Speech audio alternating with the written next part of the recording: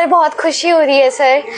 भगवान जी को बहुत ज़्यादा थैंकफुल हूँ, बहुत ज़्यादा थैंकफुल हूँ अपने पेरेंट्स को, अपने टीचर्स को सर, उनकी मेहनत है सर, मैं तो मतलब क्या ही करती अकेली, उनकी डेडिकेशन थी सर, उनका कॉन्फिडेंस था मुझ में, तभी कर पाए सर, बहुत खुशी है सर। एक 10th पास करना बहुत टफ मानते हैं बच्चे, तो आपका टाइमिंग का क्या शेड्यूल था? सर कुछ भी पास करना टफ नहीं है अगर आप मेहनत करते हैं। 10th तो सर पहला स्टेप पे मैं कहूँगी, ये तो कुछ भी नहीं था सर, बट मेरा शेड्यूल अच्छा था, लाइक मतलब वैसे मैं काफ़ी डेडिकेशन से पढ़ रही थी काफ़ी सालों से, लाइक 10-11 घंटे तो मैं पढ़ लेती थी 9th तक, फिर 10th में बोर्ड एग्जाम्स तक मैंने 20 घंटे तक पढ़ाई करी है लास्ट के 3-4 महीने। तो सर तो फ्यूचर प्लान क्या है अब आपके, जो लाइफ में क्या सदर ले रहे हैं? हाँ जी सर मैं IIT बॉम्बे से इंजीनियरिंग करना चाहती हूँ, और उसके बाद सर मेरे को सिविल सर्विसेज का एग्ज़ाम देना है एंड मुझे IAS बनना है, फिर मुझे सर पब्लिक स्पीकिंग में भी कोर्सेज करने हैं सर, मुझे बुक्स लिखनी है, और सर बस मतलब सर सिखाना है, लोगों को सिखाना है, खुद भी सीखना है सर, बढ़ते रहना है लाइफ में हमेशा। आमतौर पर लड़कियां जो हैं, बच्चे आजकल मोबाइल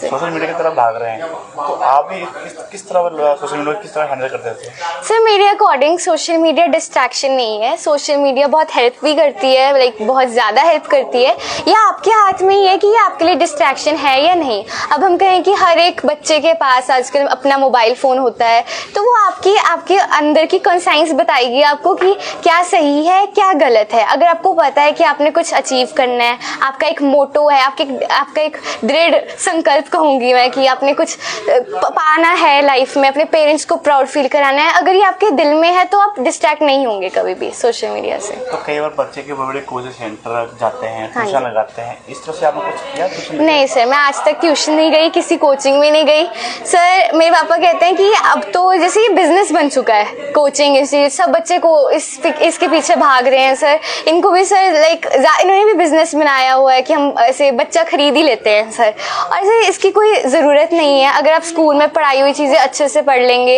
एंड उसके बाद मतलब अपने टीचर्स की बात मानेंगे, अपने पेरेंट्स की बात मानेंगे, तो कोई एक्सटर्नल रिसोर्स की ज़रूरत नहीं पड़ती सर। तो माता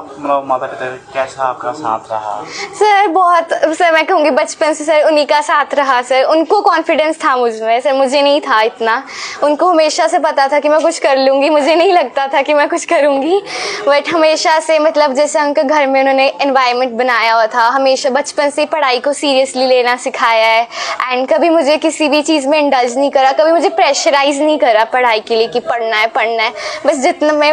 मम्मा पापा यही कहते थे कि जितना पढ़ पा रही है अपने आप को बिना थकाए पढ़, पर वो तो चलो मेरे अंदर से था कि मैंने पढ़ना ही पढ़ना है।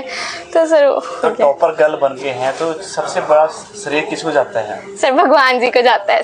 सर उनकी कृपा से ही हुआ है सर, उन्होंने मुझे इतनी शक्ति दी सर, मैं ये सब कर पाई, मैं इतनी प्रे करती थी भगवान जी को कि मुझे ऐसा रिजल्ट देना कि मुझे रिग्रेट ना हो बाद में, कि मैं और अच्छा कर सकती थी, तो सर उनकी कृपा से हुआ है। इसके बाद मेरे टीचर्स और मेरे पेरेंट्स। एक लास्ट क्वेश्चन है, हाँ जी। आजकल बच्चे जो फेल हो जाते हैं, हाँ जी सर, आने वाले जो एग्जाम है उनके लिए एक बात संदेश दें। सर मैं ये कहूँगी कि लाइफ में कोई भी एग्ज़ाम लास्ट एग्ज़ाम नहीं होता है सर, अगर आज फेल हो गए तो कोई बात नहीं, कल को नया एग्ज़ाम आ जाएगा वो दे दीजिए, पर ऐसे ज़िंदगी को मतलब ऐसे रोक लेना, ख़त्म कर लेना या फिर गलत चीज़ों में पड़ जाना सर, ये बहुत गलत बात है। हमें भगवान जी को थैंक यू बोलना चाहिए हमेशा कि हमें इतनी अच्छी लाइफ मिली है, पेरेंट्स मिले हैं, हमारा शरीर अच्छा है, चल रहा है, हम बोल पा रहे हैं, और